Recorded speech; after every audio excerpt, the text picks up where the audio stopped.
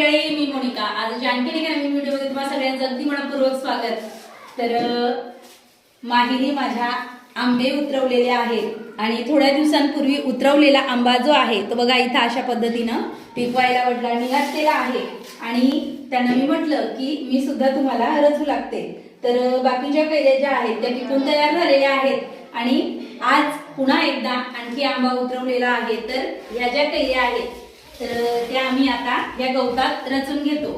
तर कुठल्याही केमिकल विना आमच्याकडे आंबे जे आहेत ते पिकवले जातात नॅचरल पद्धतीनं गवतामध्ये. तर आता हे जे आंबे आहेत हे आज उतरून आणलेले आहेत आणि त्यांच्याकडे साधारणतः 4 ते 5 आंबे आहेत, म्हणजे झाडं आहेत 4 ते 5 आंब्यांची वेगवेगळी आणि त्यांच्या कैऱ्या सुद्धा वेगवेगळ्या आहेत. तर गावरान आंबे जे आहेत त्यांच्या शेतात आहेत.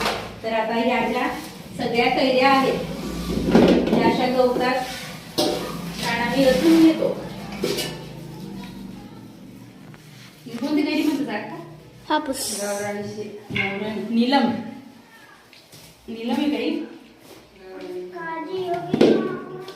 तर ते नानांनाच माहिती की या कैरीला काय म्हणतात. इथं रचूला.